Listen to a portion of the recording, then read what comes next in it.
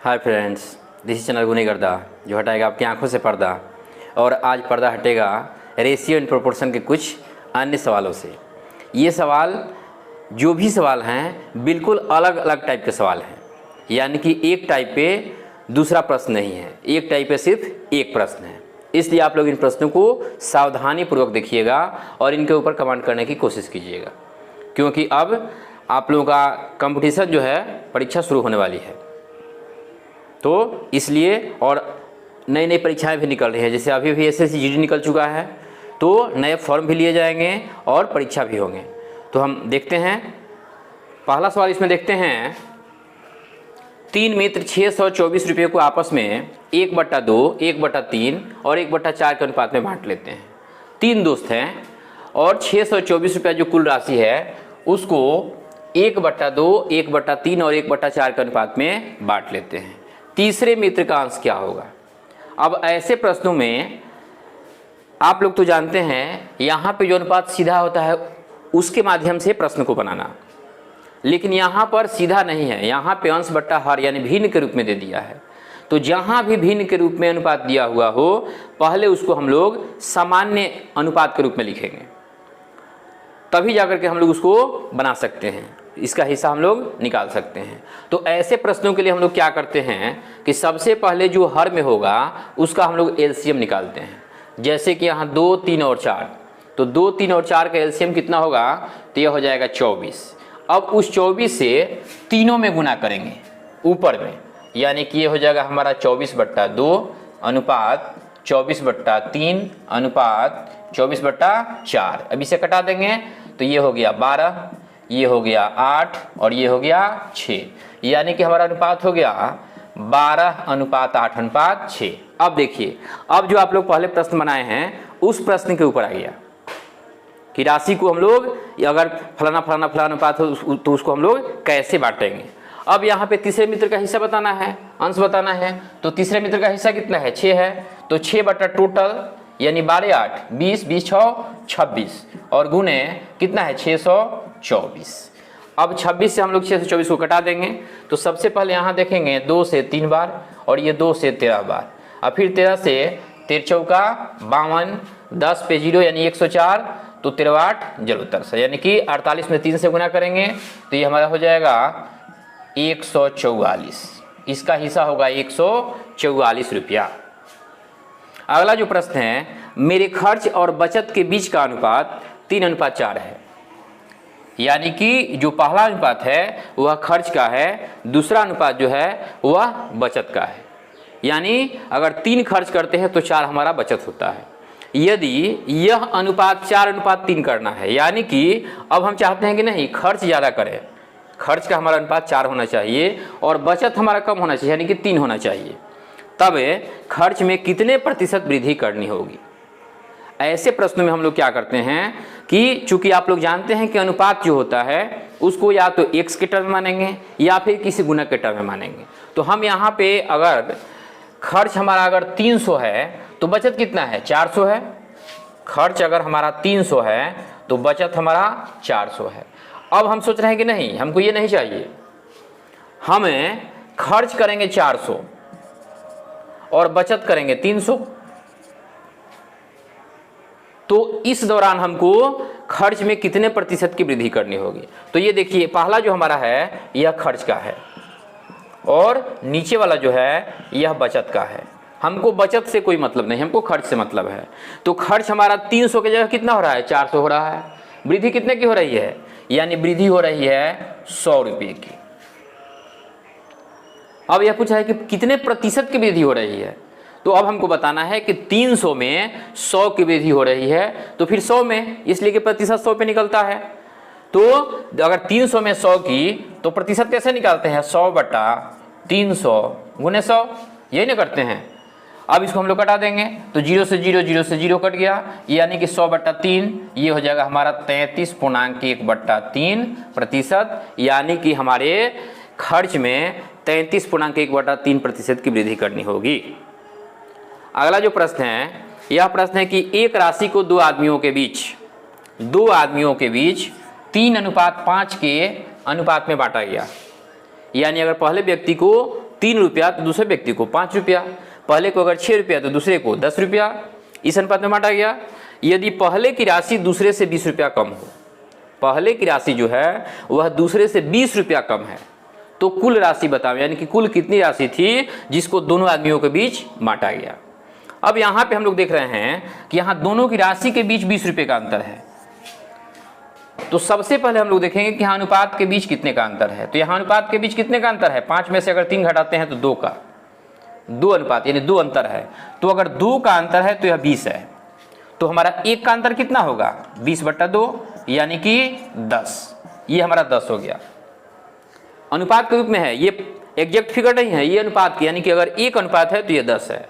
तो यहाँ पर अनुपात कितना है, 3 और 5, तो 3 5 जोड़ देंगे तो कितना होगा, 8 होगा।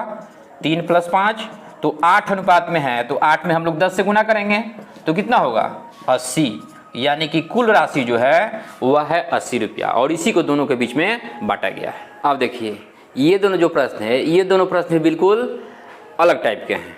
जैसे कि इसमें पहला प्रश्न है कि 2 संख्याओं के बीच 3:4 अनुपात है, यानी कि 2 संख्याओं के बीच का जो अनुपात है वह है 3:4। यदि दोनों संख्या को 2 से बढ़ा दिया जाए, यानी दोनों में 2 जोड़ दिया जाए, तो यह अनुपात 7:9 हो जाता है। संख्या ज्ञात करें। ये जो प्रश्न है बहुत ही इंपॉर्टेंट है। ये दोनों प्रश्नों के ऊपर बहुत ही ज़्यादा प्रश्न आते हैं, इसलिए इन दोनों टाइप को आप लोग अच्छे से समझिएगा। तो इस प्रश्न को कैसे बनाएंगे, तो कह रहा है कि 2 संख्याओं के बीच का जो अनुपात है वह 3:4 है, और दोनों को अगर 2 से बढ़ा दिया जाए, यानी कि दोनों में 2 और 2 जोड़ दिया जाए, तो जो नया अनुपात होता है वह होता है 7:9। तो संख्या ज्ञात करें, कि दोनों संख्या ज्ञात करें। अब ऐसे प्रश्नों में पहली संख्या निकालने के हम लोग क्या करते हैं कि जितना बढ़ाया जाए उससे गुना करेंगे यहाँ पहले अनुपात में, यानी कि 2 × 3, और फिर यहाँ हम लोग गुना करेंगे जो दूसरा अनुपात है उसको घटा लेंगे ब्रैकेट के अंदर, यानी कि इसमें गुना करके ब्रैकेट के अंदर दूसरा अनुपात जो है पहले में से दूसरे को घटा लेंगे। अब यहाँ बट्टा में हम लोग क्या करेंगे कि बट्टा में हम लोग तिरछा तिरछे गुना करेंगे, यानी कि पहले अनुपात का पहला गुने दूसरे अनुपात का दूसरा, 3 × 9 माइनस पहले अनुपात का दूसरा गुने दूसरे अनुपात का पहला। अब इसको हम लोग हल करेंगे तो ये हो जाएगा हमारा 3 दूना 6, और ये 7 में से 9 जाएगा -2 बट्टा 29 27 माइनस 28, यानी कि -6 × 2 बटा 27 में से 28 घटने का -1, तो माइनस माइनस कैंसिल, यानी 6 दूना 12। पहली संख्या इसमें होगी 12। अब दूसरी संख्या निकालनी है, तो यहाँ जो है चूंकि यहाँ 3 से गुना किए हैं तो सिर्फ इसी को चेंज करना है दूसरी संख्या के लिए। तो यहाँ फिर लिख देंगे 2 × 4 और फिर 7 - 9 बटा नीचे बिल्कुल वही रहेगा 3 × 9 - 4 × 7। हो सकता है कि दोनों संख्या निकालने के लिए दे दे, या फिर हो सकता है कि पहली संख्या दे, या फिर हो सकता है कि दूसरी संख्या दे।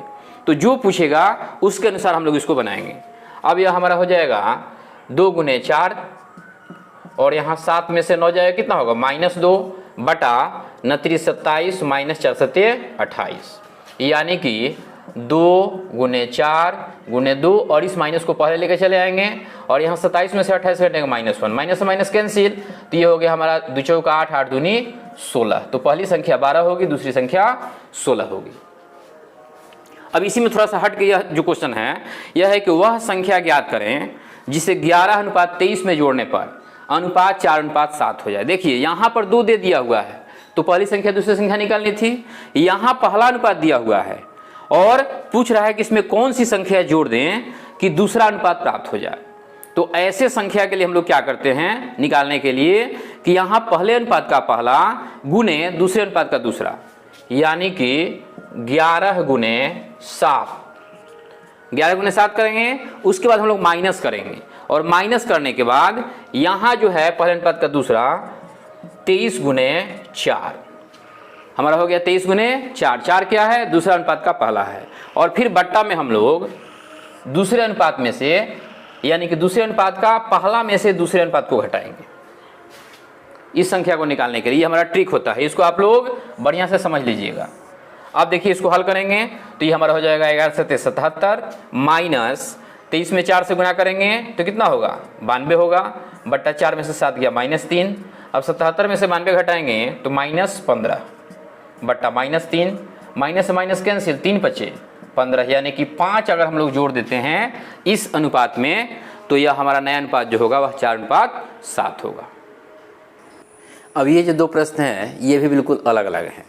जैसे कि इस प्रश्न में कह रहा है कि राम और श्याम की आय में 3:2 का अनुपात है, जबकि उनके व्यय का अनुपात 2:1 है।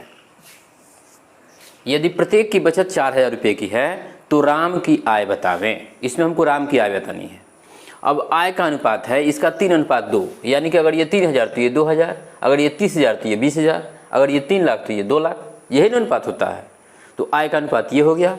व्यय का अनुपात जो है वह है 2:1, यानी कि अगर ये 2000 तो ये 1000, अगर ये 20,000 तो ये 10,000, ऐसे व्यय करते हैं। ठीक है, लेकिन दोनों की बचत बराबर है। तो अब ऐसे प्रश्नों में हम लोग क्या करते हैं कि हम लोग जानते हैं कहीं भी अगर अनुपात में दिया हुआ हो तो उसको x से y के टर्म में मानते हैं। तो आय को हम लोग मान लेंगे 3x और 2x, यानी कि राम और श्याम दोनों की एक की आय हो गई 3x और दूसरे की आय हो गई 2x, जबकि व्यय के अनुपात को हम लोग y के टर्म में मानेंगे। तो इसकी राम की व्यय हो गई 2y और श्याम की व्यय y। अब बचत हम लोग कैसे निकालते हैं, आय में से व्यय को घटाते हैं, यानी कि 3x - 2y। तो अगर हम लोग यहाँ घटाते हैं 3x - 2y तो यहाँ बचत कितना है, राम की बचत भी 4000 है, जबकि श्याम की बचत भी 4000 ही है। यानी कि श्याम की आय कितनी है 2x और इसका व्यय कितना है y, लेकिन बचत इसका भी कितना है 4000। हमको इसमें मान निकालना है राम का, यानी कि x का मान निकालना है। ठीक है, तो उसके लिए हम लोग क्या करेंगे कि यहाँ पर 2 से गुना कर देंगे, इस समीकरण में 2 से गुना कर देंगे और इसमें से इसको घटा देंगे। तो जब गुना करेंगे तो ये हमारा हो जाएगा 4x और ये हो गया -2y और ये हो गया कितना 8000। यहाँ बिल्कुल उतार देंगे, 3x - 2y बराबर 4000। अब माइनस प्लस माइनस तो ये हमारा 2y कैंसिल, यहाँ बचेगा सिर्फ x। 8000 में से 4000 घट गया, कितना हुआ 4000। x का मान आया हमारा 4000। हमको बताना है कि राम की आय, तो राम की आय कितना है 3x है, यानी कि 3 में 1 से गुना, यानी कि 3 में 4000 से गुना कर देंगे तो राम की आय हो गई 12000 रुपया। यही राम की आय होगी। अगला जो प्रश्न है कि एक बक्से में 1 रुपये 50 पैसे एवं 25 पैसे के सिक्के 4:3:8 के अनुपात में हैं, यानी कि कोई बक्सा उसमें सिक्का डाला हुआ है। सिक्का में कौन कौन है, 3 प्रकार के सिक्के हैं, 1 रुपये के सिक्के हैं, 50 पैसे के सिक्के हैं और 25 पैसे के सिक्के हैं। लेकिन उन सिक्कों का अनुपात क्या है, तो उनका अनुपात है 4:3:8, इसके अनुपात में है। यानी कि अगर 1 रुपये के सिक्के 4 हैं तो 50 पैसे के सिक्के कितने हैं 3 हैं, तो 25 पैसे के सिक्के कितने हैं 8 हैं। अब इसमें गुना करते जाएंगे, अनुपात का मतलब यही होता है। तो ये हम लोग जानते हैं कि कहीं भी अनुपात में क्या होता है x के टर्म में मानते हैं। तो अगर यहाँ हम लोग देखिए, अगर सिक्का एक सिक्का होगा तो एक सिक्का कितना रुपया 1 रुपया होगा। अगर 1 रुपये का सिक्का होगा तो अगर 1 रुपये का सिक्का 2 है तो कितना होगा 2 रुपया, 5 है तो 5 रुपया। लेकिन वही अगर 50 पैसे का है तो वह स्थिति बदल जाएगी। यहाँ पे जब 2 सिक्का होगा तो हमारा 1 रुपया होगा, और बिल्कुल इसके उलट स्थिति होगी 25 पैसे के सिक्के में। यदि 4 सिक्का होगा तब जाकर के हमारा 1 रुपया होगा। ठीक है, तो यहाँ पे अगर हम लोग मान लें x के टर्म में मान लेते हैं कि यह 4x है, यह 3x है, यह 8x है, तो 4x, ठीक है 4x हमारा हो गया 1 रुपये का सिक्का, तो 4x हो गया, यानी कि इतना रुपया तो हो जाएगा। लेकिन जहाँ 50 पैसे के सिक्के की बात है, अगर 3x है तो इसका रुपया में कितना होगा 2 से भाग देंगे तब होगा, यानी जितना सिक्का होगा उसमें 2 से भाग देंगे तब रुपया में होगा। और यह 25 पैसे का जो है यह रुपया में कैसे होगा, इसमें 4 से भाग देंगे तब होगा। और कुल रुपया कितना है, कुल रुपया है हमारा 150। अब इसको हम लोग हल करेंगे तो ये हमारा हो जाएगा 4 हो जाएगा लसा, तो ये 4 चौका 16x, यहाँ हो गया 2 दूनी 4 3 दूनी 6x और ये हो गया 8x, ये हो गया 150। अब जोड़ देंगे 16 6 22 और 8 30x, इसको यहाँ गुना कर देंगे, यानी कि 4 × 150। तो x बराबर कितना होगा तो 4 गुने 150 बटा 30, 30 पचे 150 यानी पंचों का 20। तो चूंकि इसमें 1 रुपये के सिक्के को बताना है तो x का मान कितना है 20 है तो 20 रुपया होगा, निश्चित है। तो ये हमारा आंसर हो गया 20 सिक्के होंगे।